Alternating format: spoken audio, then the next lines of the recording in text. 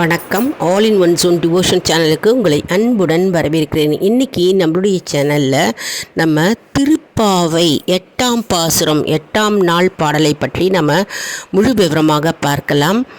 என் கூடவே நீங்கள் இந்த பாடலை பாடலாம். அப்படி இல்லைனா ஒரு நோட்டில் எழுதியும் இந்த பாடலை பாடலாம். மிகவும் அருமையான பாடலுங்க. அதற்கு முன்னால் நம்மளுடைய சேனலை தான் ஃபர்ஸ்ட் டைம் பார்க்குறவங்களா இருந்தாலும் சரி, சப்ஸ்கிரைப் பண்ணாமல் பார்க்குறவங்களா இருந்தாலும் சரி, நம்ம சேனலை சப்ஸ்கிரைப் பண்ணிக்கோங்க. கூடவே அந்த பெல் பட்டனை ப்ரெஸ் பண்ணிக்கோங்க. ஆல் என்கின்ற ஆப்ஷனையும் ப்ரெஸ் பண்ணிக்கோங்க.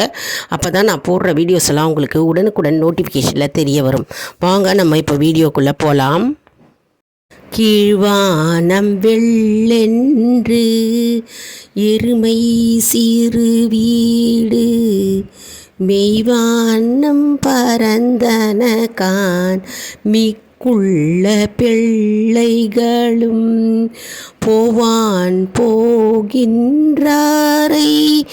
போகாமல் காத்து உன்னை கூவுவான் வந்து நின்றோம் கோது கலமுடைய பாவாய் எழுந்திரவாய் பாடிப்பறை கொண்டு மாவாய் பிளந்தானை மல்லரை மாட்டிய தேவாதி தேவனை சென்று நாம் சேவித்தால் ஆவாவென்றாராய்ந்து அருளேலோரெம் பாவாய். இந்த பாடல் 8ஆம் நாள் மார்கழி. இன்றைய தினம் நம் 8ஆம் நாள் மார்கழி மாதம் 8ஆம் பாசுரம் திருப்பாவை பாடல் இது நம்ம பாடியிருக்கிறோம். இதனுடைய விளக்கத்தை நாம் இப்போ பார்க்கலாம். அதாவது இந்த பாடலின் கருத்து விளக்கம் என்னவென்றால், அதாவது கீழ்வானம் வெளுத்து விட்டது. அதனால் எருமைகள் அனைத்தும் புல் மேய்வதற்காக நின்று கொண்டிருக்கிறது, காத்து கொண்டு நின்று இருக்கின்றது. அதே போன்று பெண்கள் நீராடுவதற்காக நின்று கொண்டிருக்கிறார்கள். அதனால் நாங்களும் உன்னை எழுப்புவதற்காக வெகு நேரமாக காத்து கொண்டிருக்கிறோம். எழுந்திரு பெண்ணே என்று எழுப்புகிறவள் தூங்குகிறவளை எழுப்புகிறார்கள். மற்றும் நாம் கண்ணனை நினைத்து பாடுவோம். அப்பொழுது குதிரையாய் வந்த கேசியன் வாயை கிழித்தவனும் மற்றும் மல்லர்களை அழித்தவனுமாகிய கண்ணபிரானை நாம் நினைத்து நோன்பு இருந்து நாம் பாடல் பாடினால் நம்முடைய குறைகளை ஆராய்ந்து நமக்கு தீர்வு கிடைக்கும் என்று கூறினார்கள். மற்றும் கிருஷ்ணருடைய அருள் நமக்கு பரிபூர்ணமாக கிடைக்கும் என்று இந்த பாடல் வரிகள் கூறுகின்றன. இதுதான் இந்த விளக்க உரை. அதாவது நாங்கள் அனைவரும், தோழிகள் அனைவரும் உன்னை எழுத்து செல்ல நாங்கள் அனைவரும் காத்து கொண்டிருக்கிறோம். எழுந்திரு அழகிய பெண்ணே என்று ஆண்டாளை எழுப்புகிறார்கள். இந்த பாடல் ஆண்டாளின் நோன்பு மற்றும் ஆண்டாள் நாச்சியாரின் நோன்பு பாடலை விளக்குகிறது.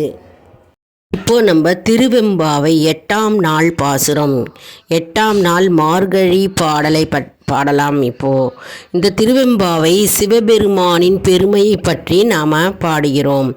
இப்போது நம்ம என் கூடவே பாடுங்க. கோழி சீலம்ப சீலம்பும் குருகு எங்கும் ஏழில் இயம்ப இயம்பும் வெஞ்சங்கு எங்கும் கேழிலம் பரஞ்சோதி கேழில பரங்கருணை கேழில் விழு பொருள்கள் பாடினோம் கேட்டிலையோ வாழி இது என்ன உறக்கமோவாய் தீரவாய் ஆழியான் அன்புடைமை ஆமாறும் இவ்வாரோ ஊழி முதல்வனாய் நின்ற ஒருவனை ஏழை பங்காளனையே பாடு ஏலோர் எம்பாவாய். கோழி சீலம்ப சிலம்பும் குறுகுயங்கும் ஏழிலியம்ப எம்பும் பின் சங்கு எங்கும் கேழில் பரஞ்சோதி கேழில் பரங்கருணை கேழில் விழு பொருள்கள் பாடினோன் கேட்டிலையோ வாழியீது என்ன உறக்கமோவாய் திறவாய் ஆழியான் அன்புடைமை ஆமாரம் யுவாரோ ஊழி முதல்வனாய் நின்ற ஒருவனை ஏழை பங்காளனையே பாடு ஏலோர் எம்பாவாய். இவ்வளவு அருமையான திருவெம்பாவை பாடல் பாருங்க. அதாவது இதனுடைய பொருள் விளக்கம் என்னவென்றால், அதிகாலை பொழுது ஆகிவிட்டது, கோழிகள் கூவுகின்றன, அதாவது மற்றும் பறவைகள் கூச்சலிடுகின்றன மற்றும் சரிகம பதனி என்று ஒலி ஓசை கேட்கின்றது. எழுந்திரு பெண்ணே என்று தோழிகள் அவளை எழுப்புகின்றார்கள். மற்றும் அண்ணாமலையார் கோவிலில் வெண்சங்கு ஒலி கேட்கிறது. பொழுது விடிந்தது, எழுந்திரு தோழியே என்று தோழிகர்கள் எல்லாம் அவளை எழுப்புகிறார்கள். ஒளி வீசுகின்ற சிவபெருமானை பற்றி நாங்கள் பேசிக்கொண்டிருக்கிறோம் மற்றும் அவருடைய கருணையை பற்றி நாங்கள் எண்ணி பேசிக்கொண்டிருக்கிறோம். நீ கொஞ்சம் கூட காதில் போட்டுக்கவில்லையே, நீ தூங்கிக் கொண்டிருக்கிறாய், எழுந்திரு மகளே என்று தோழியர்கள் அனைவரும் அவளை எழுப்புகின்றார்கள். நீ ஒன்றும் பேச மாட்டேங்கிறாயே, இன்னும் உறங்கிக் கொண்டிருக்கிறாயே, பார்க்கடலில் பள்ளி கொண்டிருக்கின்ற பரந்தாமனை திருமாலின் சிவபக்தியை பற்றி தெரியுமல்லவா? திருமால் அவதாரம், அதாவது வராக அவதாரம் எடுத்து சிவபெருமானை காண சென்றாராம். அதாவது சிவபெருமானின் திருவடியை காண்பதற்காக திருமால் வராக அவதாரம் எடுத்து சென்றாராம்.